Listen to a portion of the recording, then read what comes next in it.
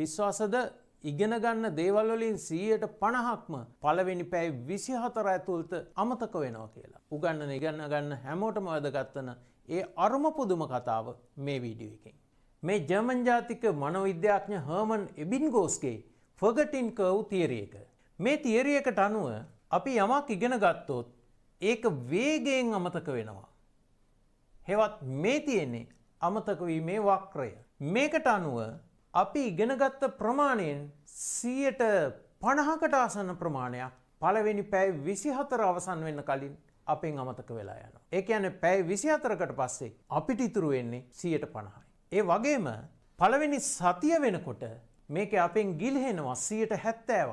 පළවෙනි මාසය අවසන් වෙනකොට අපෙන් ගිලිහෙනවා 80%ක්.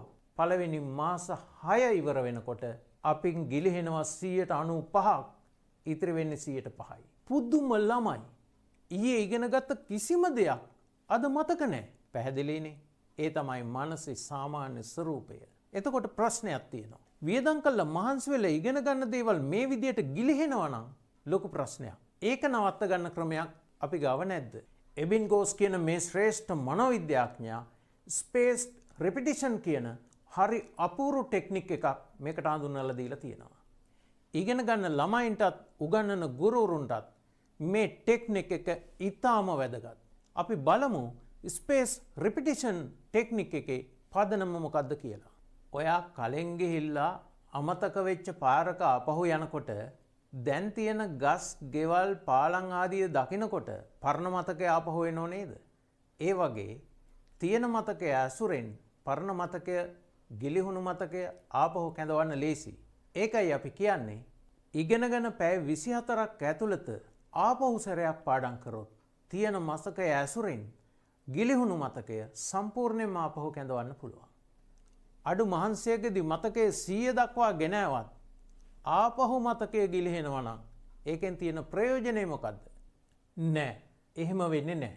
ඉගෙනගෙන පැය 24ක් ඇතුළත අපි යලිත් ඒක ස්මරණය කරොත් ඒකේ ගිලිහෙන ප්‍රමාණය හුඟක් අඩුයි. 40%ක් පමණ අපි ගාව ස්ථාවර වෙනවා. අපි හිතමු සතියක ඇතුළත ආපහු මේක ස්මරණය කරොත් ගිලිහෙන ප්‍රමාණය තවත් අඩු වෙනවා. අපේ දැනුම ස්ථාවර වෙනවා 60%ක් පමණ.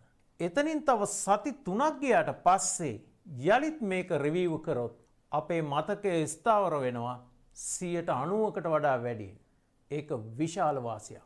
එහෙමනම් ඉගෙනගෙන පැය 24ක් ඇතුළත, ඉගෙනගෙන සතියක් ඇතුළත, ඉගෙනගෙන සති 3ක් ඇතුළත වශයෙන් කාල පරතරයක් සහිතව මේ අධ්‍යයනය කිරීමෙන් 90%කට වැඩි අපිට මතක ස්ථාවර කරගන්න පුළුවන්.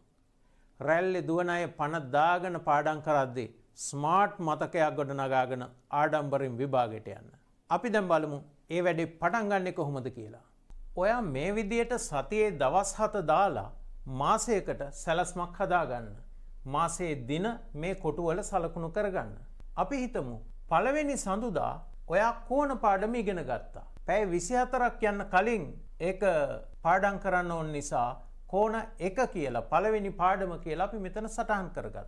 අපි දන්නවා සතියක් අවසානයේ යලිත් මේක රිවිව් කරන්න ඕන කියලා. එහෙනම් ඊළඟ සඳුදා අපි කෝණ 2 කියලා දාගත්තා ඒ පාඩම රිවිව් කරගන්න. ඊළඟට සති 2ක් අවසානයේ මෙතන ඉඳලා මේක රිවිව් කරන්න ඕන නිසා පළවෙනි සතිය ඇරලා ඊළඟ සතියේ මේක දාගත්තා. දැන් මේ 7 වෙනිදා නම් 14 වෙනිදාත් 28 වෙනිදාත් මේ කෝණ පාඩමේ රිවිව් අවස්ථා තුන අපි සලකුණු කරමු. මේ විදියට ඔයාට විවිධ පාඩම් ඉගෙන ගන්න විදියට මේකේ සලකුණු කරගන්න පුළුවන්. එතකොට එක දවසක් ගත්තට පස්සේ එදාට පාඩම් කීපයක් එකතු වෙලා තියෙයි. ඒ පාඩම් කීපයකටම මිනිත්තු 10-15 අරගෙන පාඩම් කරන සැලැස්මක් හදාගෙන ඒ ටික අනිවාර්යයෙන්ම අධ්‍යයනය කරන්න.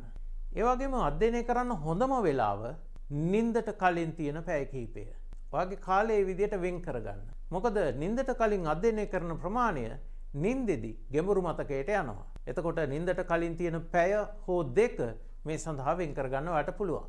වැදගත්ම දේ කිසිම ආකාරයකින් මේ වැඩේ කල් දාන්න එපා. එදා රාත්‍රියේ කරගන්න බැරි වුණා නම් පස්සෙන්ද උදේ හරි මේ වැඩේ කළා අවසන් කරන්නම ඕන. ගුරු බවතුන්ටත් මේ වගේ සැලැස්මක් හදාගෙන දවසේ පොඩි වෙලාවක් වෙන් කළා ස්මරණය කරොත් සාර්ථකත්වයට යන්න හරි පහසුයි. අපේ මීළඟ වීඩියෝ ලෝකේ තියෙන හොඳම ටයිම් මැනේජ්මන්ට් මෙතඩ් එකෙන් ඔයාගේ වේගය දියුණු කරන්නේ කොහොමද කියලා. ඒක බලන්න Mlearn Trainer YouTube channel එකට ගිහිල්ලා subscribe කරලා තියාගන්න. විශිෂ්ටත්වයට යන්න නම් ස්මාර්ට් වෙන්නම ඕන.